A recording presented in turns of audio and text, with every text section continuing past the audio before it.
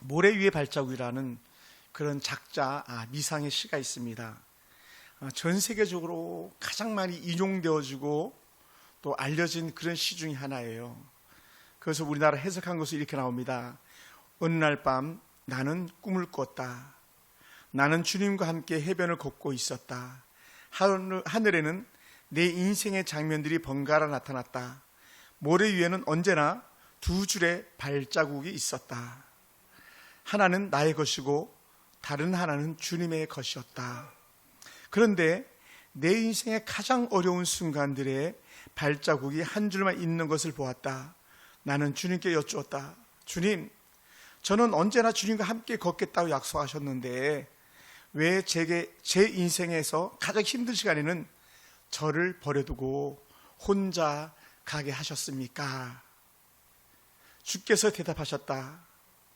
사랑하는 아들아, 내가 너를 버린 적은 없다. 내가 가장 힘들어할 때 그 한 줄의 발자국은 내가 너를 안고 걸은 발자국이란다.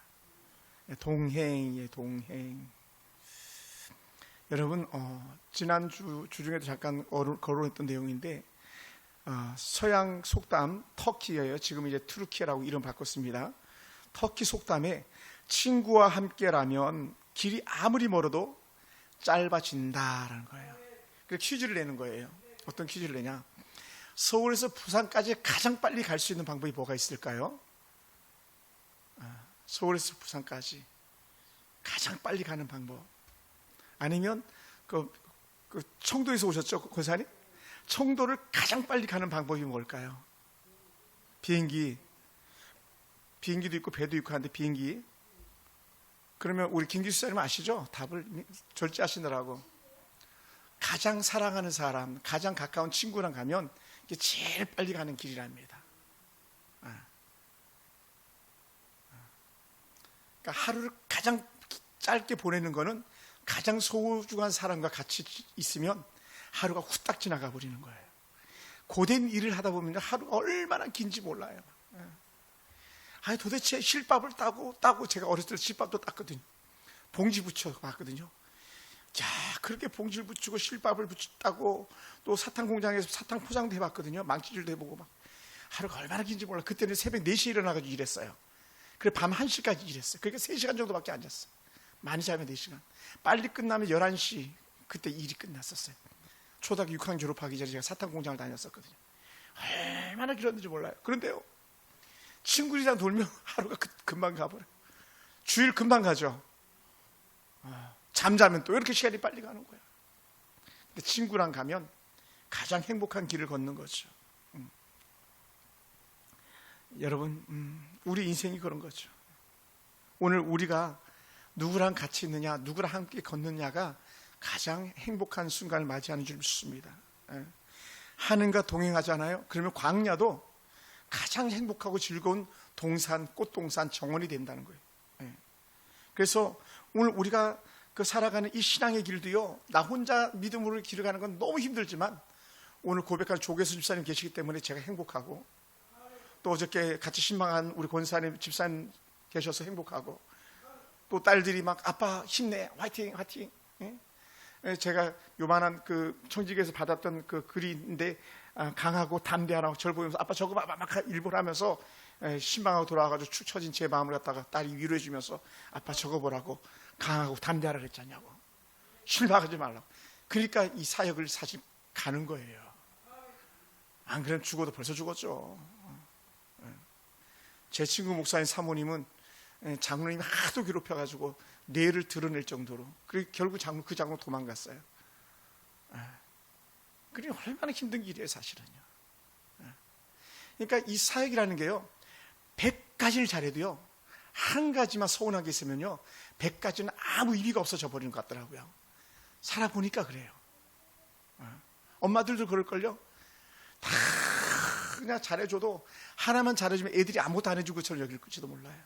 그게 사람인데 사실은 그렇지는 않죠. 그래서 우리는 항상 내가 주변에 동역자가 있고 같이 길 가려준 친구가 있으면 여러분의 인생은 최고의 인생인 줄 믿으시기 바랍니다. 아모스라는 선지자는 아모스 3장 3절 이렇게 말씀하신 적이 있어요. 두 사람이 뜻이 같지 않은데 어찌 동행하겠느냐? 뜻이 같아야 동행한다는 거예요. 동상이몽. 마음이 같지 않으면 한 입을 덮고 자면서도 딴 생각하고 있다는 거예요. 다른 꿈을 꾼다는 거예요. 그러나 하나님 안에 있는 우리는 같은 길을 가는 사람들인 줄 믿으시기 바랍니다. 그래서 여기에 대해서 동행에 대한 최고의 축복의 말이 있는데 그것이 바로 우리가 잘 아는 시편 23편이었어요. 여호와는 나의 목자시니 내가 부족함이 없으리로다. 그러면서 뭐라 말씀하십니까? 내가 사망의 음침한 골짜기를 다닐지라도 해를 들어오지 않는 것은 뭐라고요? 주께서 나와 함께 하심이라. 거기서 나오는 게 동행이에요. 동행. 할렐루야. 사실은 결혼은요 동행하겠다는 고백이에요. 결혼은요 함께 있겠다는 고백이에요. 우리의 신앙으로 같은 성도라는 건요 아플 때나 슬플 때나 애통할 일이 생길 때나 같이 있겠다고 하는 게 성도예요. 아멘. 그렇지 않은 건 어떤지 아십니까? 부활을 경험하지 못했던 제자들의 모습인 거예요. 하나님의 은혜를 경험하지 못하니까 다 도망가 버리고 말잖아요. 먹여주고 재워주고 같이 있어줬더니 다 도망가고 말았던 그런 제자들 아닙니까? 근데 동행은요 아플 때나 슬플 때나 같이 가주는 거예요. 옛날 우리 그 주례사들이 꼭 나왔던 말이 있었어요. 검은 머리가 팥뿌리가 되도록. 팥뿌리가 되도록. 그 말이 뭐냐면 지금 우리 허길승 권사처럼 저렇게 흰 머리가 되도록 여보 나는 당신과 함께 할 거야, 이 고백이었거든요. 오늘 우리의 고백이 그런 고백 되길 주로 이름으로 축원합니다. 하나님, 나는 기쁠 때나 슬플 때나 힘들 때나 즐거울 때나 너무 좋아서 춤을 출 때도 나는 주님과 동행하기 원합니다. 이런 고백이 있기 원합니다. 할렐루야. 그 사람이 바로 에녹이에요. 에녹 동행. 여러분, 성경에서는요 인류의 첫 가정부터 하나님과 계속적으로 교제를 하고 있는 거예요. 계속 하나님과 교제. 아담과 하나님과 함께하는 시간, 아담과 하와가 함께하는 시간, 또 후에 태어난 셋이 하나님과 함께하는 사람, 셋의 아들이 하나님과 함께하는 사람. 그러다 보니까 어떻게 돼요? 하나님과 더 오래 있고 싶어 하다 보니까 여호와의 이름을 불렀더라 했던 거예요. 예. 여호와의 이름을 부르면서 나는 하나님과 함께 길 가기 원합니다, 이런 고백을 계속적으로 해오는데 그의 후손들 중에 한 사람이 바로 에녹이었어요. 에녹. 그래서 하나님은 시대마다 하나님과 동행할 사람 찾으시는데 오늘 이 시대에 그 동행하고 싶은 사람이 바로 저와 여러분이 되기 원합니다. 아멘. 예, 여러분이에요. 예. 그러니까 오늘 그 조계수 지사님하고 우리 그 김기효수 권사님 깔맞춤하고 오셨는데 두 분이 동행하시는 거예요. 옷 깔맞춤 동행. 예. 그래서 제가 오늘 깔맞춤 하려고 이거 입고 나서 일부러 셋이 동행. 사모님도 깔맞춤이네. 그러고 보니까 동행. 같다, 같이 간다, 그런 의미예요. 예. 그래서 하나님께서 창세기 5장 24절에서 하나님과 동행하더니 하나님이 그를 데려가심으로 세상에 있지 아니하였더라. 세상에서 두었을 때도 동행, 세상에 있지 아니할 때도 동행, 끝까지 동행했던 사람이 바로 에녹인 거죠. 여러분, 에녹은요 그 평범한 삶을 살았습니다. 그가 65세 아들 하나를 낳았는데 무드셀라는 아들을 낳았어요. 이 무드셀라라는 아들을 낳고 나서 그가 하나님 놀라운 은혜를 누리기 시작합니다. 그때부터 믿음의 삶의 대전환이 시작되는 거예요. 그 65세가 되기 전까지는 그냥 일반적인 삶을 살았던 것 같습니다. 그런데 65세가 될 때에 에녹아, 내가 세상을 심판할 거야, 내가 세상에 홍수를 내릴 거야, 세상을 내가 망하게 할 거야. 그때 에녹이 정신이 번쩍 들었던 거예요. 그런데 한순간 번쩍 든 게 아니라 아들 무드셀라를 볼 때마다 정신이 번쩍 드는 거예요. 정신이 번쩍. 왜? 그 아들 무드셀라가 죽으면 홍수 심판하겠다 그랬거든요. 그러니까 어찌 보면은 이 아버지 에녹은 300년 동안 그 무드셀라를 막 얼마나 많이 살펴봤었을지 몰라요. 조소주에 일어나면 우리 아들 괜찮나? 우리 아들 열 없나? 우리 아들 밥 잘 먹나? 왜? 아들이 잘 먹고 건강해야 하나님 심판이 없는 거니까. 그러니 어떻게 돼요? 매 순간마다 어떻게 하든지 하나님 마음에 들고 하나님의 눈에 드는 그런 삶을 살려고 했던 사람이 사실은 에녹이었던 것이죠. 여러분, 그러다 보니까 그가 300년 동안 하나님 앞에서 살아가다 보니까 하나님이 그를 데려가셨다. 그걸 갖다 성경이 이렇게 표현해요. 죽음을 보지 않았다. 사랑하는 성도 여러분,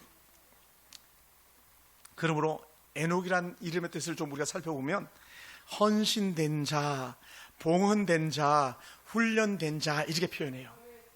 여러분, 부부는요 남편에게 기대하는 게 아니에요. 아내에게 기대하는 게 아니에요. 뭐라고요? 내가 아내를 어떻게든 더 기쁘게 할까, 내가 남편을 어떻게든 더 기쁘게 할까, 이거예요. 그게 헌신이에요, 헌신. 근데 우리는 반대로 생각하는 거예요. 이제 내 인생 폈어. 왜냐하면 내가 마누라 잘 만났으니까, 막 내 남편 잘 만났으니까, 남편이 다 해줄 거니까. 이거는 착각이라는 거예요. 똑같이 남편도 그렇게 생각하고 있을지 모르고 부인도 그렇게 생각하고 있을지 몰라요. 그러다 보니까 어떻게 돼요? 결혼하기 전에는 오만 거 다 해주는 헌신하다가 결혼을 하고 나니까 손가락도 까다가 나는 그런 일들이 일어나니까 어떻게 돼요? 나 너랑 못 살겠다 이렇게 나가는 거 아니에요. 그래 시체야, 그래 시체 죽었어. 그러니까 어떻게 돼요? 여보, 결혼하니까 내가 당신에게 더 좋은 걸 해줘야 되겠네, 더 많은 걸 줘야 되겠네, 여보 필요한 거 없어, 이렇게 물어봐 줘야 되는 거예요. 할렐루야. 그죠? 이선만 성도님한테 그렇게 말했어요. 여보, 내가 있잖아. 잘했을 것 같아. 아주 여우같이 했을 것 같아. 지혜로우시니까. 집사 지혜로우시잖아요. 공 같으면 싸움이 일어났을지도 몰라. 그러니까 공 같은 여자랑 못 살아도 여우 같은 여자랑 산대잖아요. 여기 여우 한 마리, 여우 두 마리가 이렇게 나가요. 지혜로운 여인들. 그래서 이 에녹이 전적으로 하나님 앞에 헌신된 자였다는 거예요. 주님이 좀 더 빨리 가면 좀 더 빨리 따라가고, 주님이 좀 더 느리게 가면 느리게 가고, 주님이 스톱하면 스톱 멈추고, 절대로 앞서가지 않는. 그리고 또 다른 하나의 이름의 형태가 훈련하다는 그런 의미도 있다고 말하는데, 이 훈련하는 건요, 훈련받지 못하면 같이 가지 못하는 거예요. 훈련받지 못하면. 제가 교회론을 설교하면서 그렇게 교회가 건강해야 된다, 우리가 건강하게 교회를 지켜야 됩니다 막 그랬는데, 바보같이 교회론을 듣으면서 교회를 깨버리는 그런 어리석은 사람들도 있더라고요. 왜 그런지 아세요? 훈련되지 못해서 그래요. 좀 그 천박하게 얘기하면 무식해서 그런 거예요. 어디에? 세상에는 아주 해박하지만 성경에 대해서는 너무 우리가 깨닫지 못해서 그런 거예요. 우리는 교회를 세워가는 사람이고 가정을 세워가는 사람들이지, 사람을 세워가는 사람들이지 사람을 허는 사람이 아니거든요. 왜 그렇다? 에녹이 300년을 하나님 앞에 훈련되어진 사람이라는 거예요. 그래서 이 에녹이라는 단어에 주로 성전, 제단 혹은 사람들께 혹은 하나님께 거룩하게 구별드리는 행위를 할 때에 에녹의 은혜, 에녹의 헌신이 등장하는 거예요. 그래서 에녹이란 말을 다른 말로 하면 이렇게 표현할 수 있어요. 하나님께 온전히 헌신된 사람. 할렐루야. 하나님께 온전히 헌신된 사람. 요 반면에 반대쪽에 한 사람을 갖다 거론하면 이런 사람이 있을 수 있어요. 엘리라는 제사장이 있어요. 사무엘 상에 나오는 엘리라는 제사장, 한나와 함께 했던 제사장. 이 제사장이 나이가 많았어요. 이제 앞도 잘 못 보는 그런 나이 많은 노인이 됐어요. 이 나이 많은 노인이 한마디만 해도 그 하나님의 은혜가 막 나타났잖아요. 야, 너 평안히 돌아가라니까 그 말 듣고 한나가 집으로 돌아가는 은혜가 있잖아요. 근데도 불구하고 어떻게 돼? 엘리가 하나님 앞에서 온전히 동행하지 못했던 흔적이 있는데, 그게 뭐냐면 그 아들들이 완전 개망난이었다는 거예요. 아들들이. 그러니까 우리는 하나님 앞에 잘 사는 게 중요한데, 우리 가족도 우리 모두도 함께 잘 사는 게 중요한데, 우리 성도들이 저만 은혜가 충만한 게 아니라 여러분이 다 함께 은혜가 충만해야 되는데, 그 은혜 충만함을 위해서 우리는 어떤 은혜가 필요하냐? 에녹과 같은 은혜가 필요한 줄 믿습니다. 할렐루야, 할렐루야. 그래서 창세기 5장 24절에서는 하나님과 동행하더니 하나님 그를 데려가심으로 세상에 있지 아니하였더라. 그냥 그 사람 가슈 충초도 사투리로, 이게 아니고, 아니야, 하나님이 그를 데려가셨어. 어떤 사람은 그 사람 죽었어, 그 사람 잘 죽었어, 이런 사람이 아니라 하나님께서 그를 너무 사랑하셔가지고 그를 데려가셨어, 이렇게 되는 거예요. 그래서 에녹은요, 예수님의 부활의 또 다른 한 영적 모델이 되는 거예요.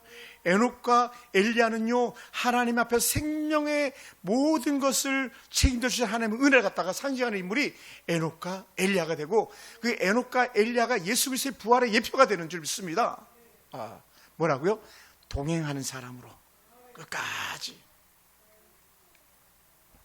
그래서 신약의 히브리서 저자는 이 에녹에 대해서 뭐라 표현했냐면, 믿음으로 에녹은 죽음을 보지 않고 옮겨졌으니라는 거예요. 옮겨졌다는 거예요. 우리는 죽으면 끝 이렇게 말하는데, 혹은 가장 좋은 표현 쓴다 해도 잔다 이렇게 하는데, 옮겨졌다는 거예요. 뭐라고? 죽음을 보지 않고, 죽지 않고 하나님 앞에 들림받았다는 거예요. 예. 그러면서 이렇게 표현했습니다. 옮기기 전에 하나님을 기쁘시게 하는 자라 하는 증거를 받았느니라. 우리 하나님께 그를 데려가시기 전에 늘 하나님의 마음을 시원하게 했던 사람이 에녹이라는 거예요. 여러분, 자녀들이 조금만 잘해보세요. 부모들이 얼마나 행복합니까? 근데 에녹은 300년을 하나님을 날마다 기쁘게 했다는 거예요. 날마다. 그러니 하나님께서 에녹을 더 이상 땅에 두고 볼 수 없어서 데려가신 거예요. 너무 좋아가지고. 저와 이런 삶 속에 일하는 은혜가 있기 원합니다. 할렐루야. 에녹의 동행은요, 단순한 도덕적 생활이 아니라 하나님을 기쁘시게 하는 그런 모든 것이 믿음의 행동들이었다는 거죠. 그래서 유다서 또한 이렇게 표현하는데, 유다서 14절 15절에서는 에녹은 경건치 않는 자들을 향한 하나님의 심판을 예언한 자였다. 에녹이 뭐라 그러냐, 아들 무드셀라를 보면서 심판이 있는 걸 알았으니까, 야, 너 그렇게 하면 안 돼. 너 그렇게 하면 망한다. 야, 너 그렇게 하면 너 죽는다. 너 그렇게 떠났다가 너 끝장나는 수가 있어. 하나님께서 징계가 있을걸? 하나님 심판이 있을걸? 소돔성에 불이 쏟아질걸? 빨리 뛰쳐나와야 될걸? 에녹은요, 경고하는 사람이었다는 거예요. 아브라함을 통해서 소돔성에 경고를 주셨고, 선사들이 소돔성에 경고를 줘가지고 조카 롯과 두 딸이 살아나왔던 것처럼 에녹이 그렇게 살았던 사람이죠. 근데 너무 가슴 아픈 거는 뭐냐면, 에녹의 말에 사람들이 귀담아 들었다 안 들었다? 안 들었다는 거예요. 목사님 말을 안 듣는 거, 쉽게 얘기하면 아빠 말을 안 듣는 거예요. 엄마 말을 안 듣는 거예요. 성도들 말을 안 듣는 거예요. 예를 들어서. 그러면요, 마지막 남아있는 거는 회초리밖에 없고 심판. 근데 우리는 그걸 잘 안 믿어요. 경고를 잘 안 들어요. 가슴 아픈 얘기죠. 가슴 아픈 얘기. 들으면 사는데 안 들으면 죽는 거예요. 근데 에녹은 경고하는 자였다, 이렇게 유다서에 말하고 있습니다. 그래서 그는 하나님과 깊은 교제뿐만 아니라 세대와 시대를 향해서 하나님의 말씀을 온전히 선포하는 자였다는 거예요. 그러다 보니까 히브리서 11장에 믿음의 사람으로 함께 등장하게 되는 거예요.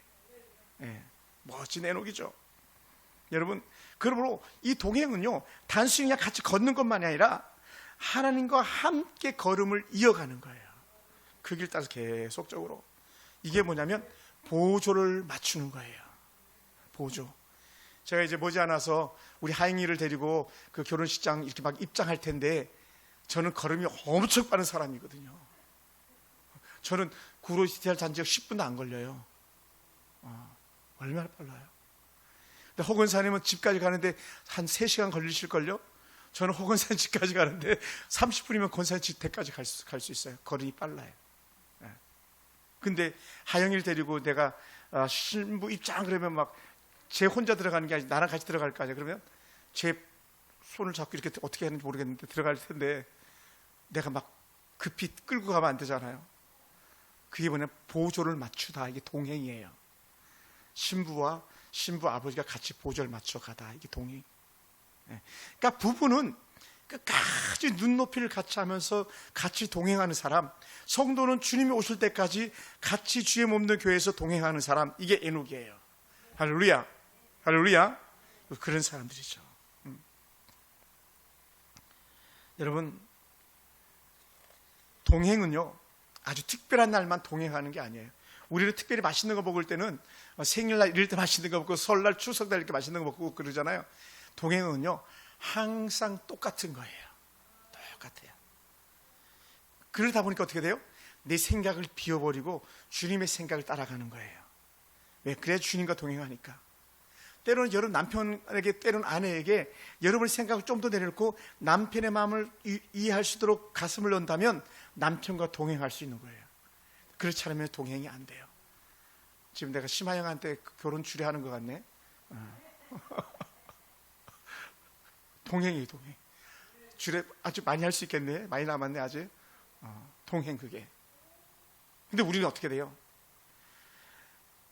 특히 이제 나이 먹은 할아버지들이 그래요. 할머니들이 걸음이 느리잖아요. 허리도 막 구부려주고. 그러면 빨리 와! 왜 이렇게 안 오는 거야? 이 할망구 그냥 어떻게 아직도 안 오냐고. 그러다가 저 구이동에 가면 어느 한 교회가 있는데, 제 친구 목사 사역했던 교회인데 그 교회 담임 목사님이 잘렸어요. 왜 잘렸는지 아세요? 권사님들 그 걸음이 느리잖아요. 10만 가야 되겠는데 시간은 다 됐는데 권사님이 저기서 느그적 걸어오시는 거예요. 그러니 그걸 보고 기다렸다가 모시고 갔어야 되는데 모시고 가지 않고 띄워놓고 가버렸잖아요. 우리 할머니들 얼마나 잘 삐집니까? 허건사 안 삐집니까? 명지사에 안태순 잘 안 삐져요? 다행이네. 성도님 잘 안 삐져요? 리사라 성도님? 막 우리는 조그마한 서운하고 막 잘 삐지잖아. 그런 권사님, 얼마나 위세가 당당한 권사님인데 그 권사님을 두고 갔으니 노회장이 끝난 다음 그 교회 사표 쓰겠어요? 잘렸어요. 그 조금 기다려주면 되는데 뭐. 그 남편 조금만 기다려주면 되는데. 밥 지금 열심히 하고 있는데 밥 안 갖고 오냐고 막 소리 지르고 말이야. 막. 옛날 우리 할아버지들 그랬어요. 왜 그런지 아세요? 동행하지 않아서 그래요. 또 때로는 이렇게 말할 수도 있어요. 못 배워서 그래요. 그렇지 않아요, 여러분. 그러다 보니까 동행하기 위해서는 하나님을 기쁘시게 할 수 있어야 된다는 거예요. 그래서 하나님을 기쁘시게 하는데 에녹이 쓰임 받았다는 거예요. 할렐루야. 그러니까 여러분 설교를 좀 잘 들었으면 좋겠어요. 제가 수주 전에 누가 담임 목사의 마음을 시원케 하겠는가, 누가 우리 하나님의 마음을 시원케 하겠는가, 이런 설교를 했었는데 그걸 안 들은 거예요. 제가 볼 때는 그냥 자리에 앉아가지고 스마트폰만 보고 있었던 거예요. 어떤 성도는. 그러니까 설교를 잘못 들으니까 동행해야 되는데 동행하지 못했던 거죠. 우리에게는 가장 좋은 면류관이 있다는 그 말을 하는데 거꾸로 알아듣는 거예요. 그러면 우리는 해답이 없는 거예요. 그러니까 지혜로워야 돼요. 여러분, 하나님과 동행의 시작점, 하나님과 동행의 시작은요, 결국은 그분의 마음을 흡족하게 되는데, 그러다 보니까 내가 잘못했던 것을 용서를 구하고 또 상대가 잘못했다 말하면 그 용서를 받아줄 수 있는 그런 자리까지 나가야 되는 거예요. 할렐루야. 그래서 이사야 선지자가 거기에 대한 아주 기가 막힌 말씀을 우리에게 들려주시는데 뭐라 그랬냐면, 이사야서 59장 2절 보면 오직 너희 죄악이 너희와 너희 하나님 사이를 갈라놓았고, 그러니까 죄가 하나님 사이를 갈라놓는 거예요. 그렇다 우리 이렇게 표현합니다. 죄의 담이라고요. 담. 가장 가까운 데 있는데 담이 쌓여지는 거예요. 그러니까 제 설교가 안 들리는 거죠. 같이 이불 덮고 있으면서 한 이불 덮고 있죠. 그 이불 사이에다가 베개를 놓는 거야. 담.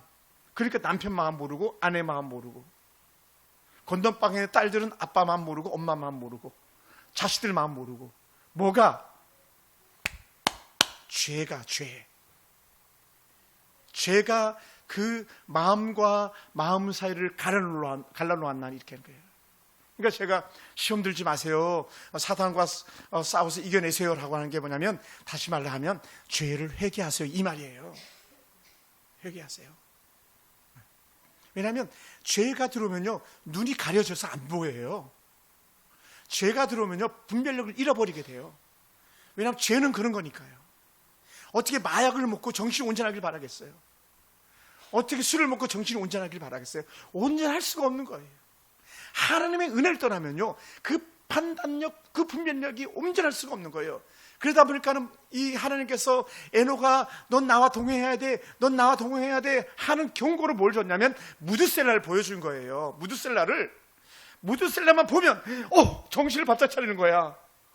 하나님 심판한다 그랬는데 하나님이 심판한다 그랬는데, 무드셀라 아들만 보면, 오늘 우리는 말씀을 듣고 말씀을 보기만 하면 하나님이 심판한다 그랬는데, 하나님 종말이 있다 그랬는데, 하나님의 징계가 있다 그랬는데, 정신 바짝 차리고 뭐라고요? 근신하여 깨어있어야지, 이런 마음이 나오는 거예요. 아멘. 아멘. 그러니까 1년에 성경 한 줄도 안 보고 말씀 한 줄도 안 외우고 내가 하나님 잘생깁니다, 이 고백은요, 물론 그렇게 할 수 있습니다. 그러니까 성경 할 줄도 안 보고 그냥 이렇게 설교만 듣고 살아갈 수도 있어요. 근데 중요한 게 뭐냐면, 그렇게 살아가서 승리한다는 건요, 미라클, 기적이에요. 기적. 근데 그런 기적은 잘 없어요. 그래서 우리는 항상 근신하여 깨어있어서 말씀대로 살려고 몸부림치는 은혜가 우리한테 필요한 줄 믿습니다. 할렐루야. 그래서 에녹처럼 함께 길을 걸으려면 먼저 우리의 마음의 방향을 하나님께 온전히 정하고, 회개는 우리가 단순한 눈물을 흘리는 감정만이 아니라 우리가 행했던 모든 죄를 갖다 끊어버리는 거예요. 할렐루야. 끊어버리는 거예요. 과감하게. 네. 김유신 장군이 늘 자기를 태우고 다니던 말을 갖다가 한 번에 죽여버렸잖아요. 왜? 습관적으로 이 말이 가는 길이 뭐냐면, 퇴청하면 늘 가는 길가 술집이었거든요. 그러니까는 그 술집을 안 가야 되는데 이 말이 안 가려고 하는데 그 자동으로 거기 가 있는 거예요. 그래서 그 말을 죽여버린 거예요. 네. 죄는요, 죽여버리는 거예요. 습관을 죽여버리는 거예요. 완전하게 끊어버리는 거예요. 그러려다 보면 어떻게 돼요? 내가 죽어야 되는 거예요. 내 육체의 소욕을 죽이고 하나님의 거룩한 성령의 은혜 갖다 내 안에 채워넣어야 되는 건데, 하나님의 은혜는 채워넣지 않고 내가 죽어야지, 그것만 가지고는 안 된다는 거예요. 사단은요, 박수치고 있어요. 백날 그래봐라 소욕이 있나. 여기 가면 낫겠지, 저기 가면 낫겠지, 이 무당이 낫겠지, 저 무당이 낫겠지 해봤더니 안 되는 거예요. 오직 하나님 은혜뿐입니다. 잘 지혜롭게 우리가 깨달아야 됩니다. 할렐루야. 그래서 그런 무드셀라가 곁에 있는 걸 보면서 에녹은 늘 이렇게 고백했을 거예요. 하나님, 오늘도 저는 하나님과 함께 하겠습니다. 동행. 그래서 우리의 동행은요, 하나님의 말씀과 하나님을 향한 기도와 우리의 아름다운 은혜 성김으로 날마다 동행하는 은혜가 있길 주로 축원합니다. 할렐루야. 매일매일 하나님 은혜 말씀을 읽고 말씀을 붙들고 살아갈 수 있는 저와 여러분 되길 주로 축원합니다. 순간순간 짧게라도 속삭이듯이, 주님, 오늘도 주님과 동행하기 원합니다. 오 주님, 오늘도 도와주시옵소서. 그런 고백이 계속 일어나야 되는 거예요. 계속. 그래야만 진정한 행복을 맛볼 수 있는 거거든요.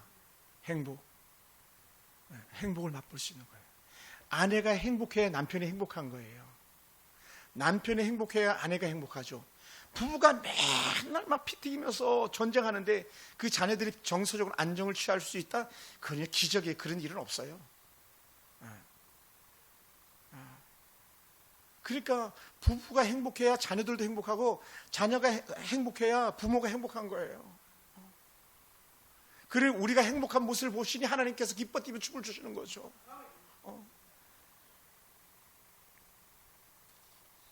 그래서 진짜 행복은요, 나 혼자만 기뻐하는 것이 아니라 주변 사람이 함께 기뻐하는 거고, 나 혼자만 기뻐하는 것이 아니라 하나님과 함께 그 기쁨을 누리는 거예요. 할렐루야.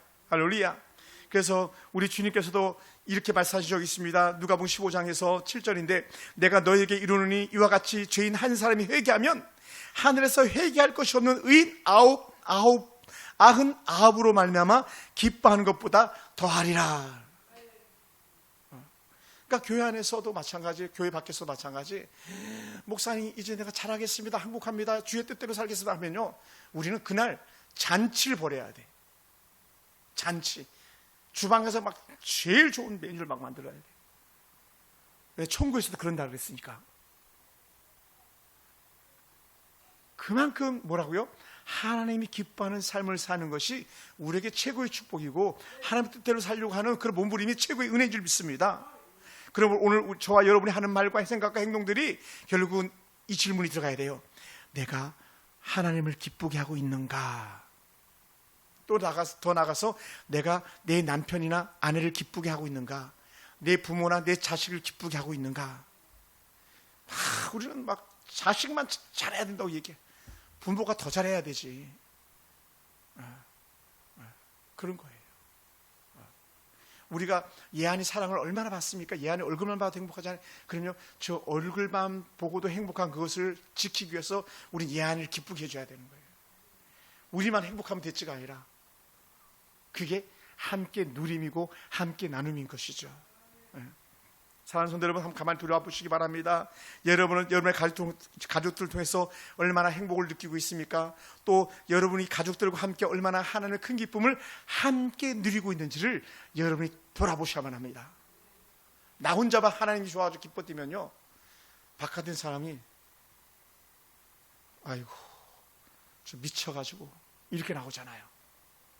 그래서 가정 복음화가 필요한 거예요. 왜? 같이 동행하려고 하다 보니까.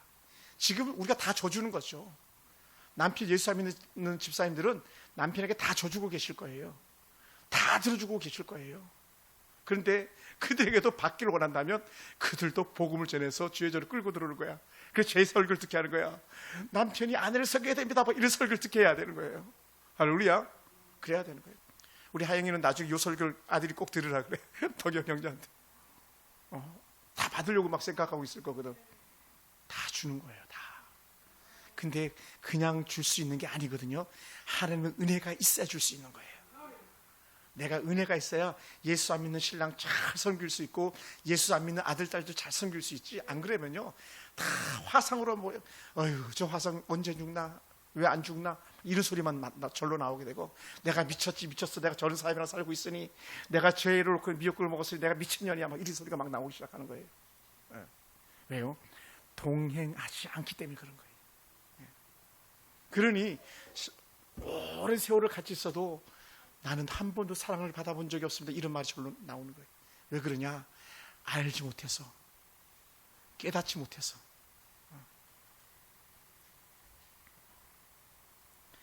여러분 한번 아이들에게 물어보세요. 야, 엄마가 너 사랑하는 줄 알고 있니? 이렇게 한번 물어보세요. 아빠한테, 아빠, 내가 아빠 사랑하는 거 알고 있지? 막 이렇게 한번 물어보세요. 만약에 그렇게 그럼 알지, 그러면 같이 동행하는 사람인 거죠. 같이 매일 하나님의 은혜를 가지고 공유하는, 나누는 사람인 거죠. 그런 사랑하는 성도 여러분, 말씀 마무리하겠습니다.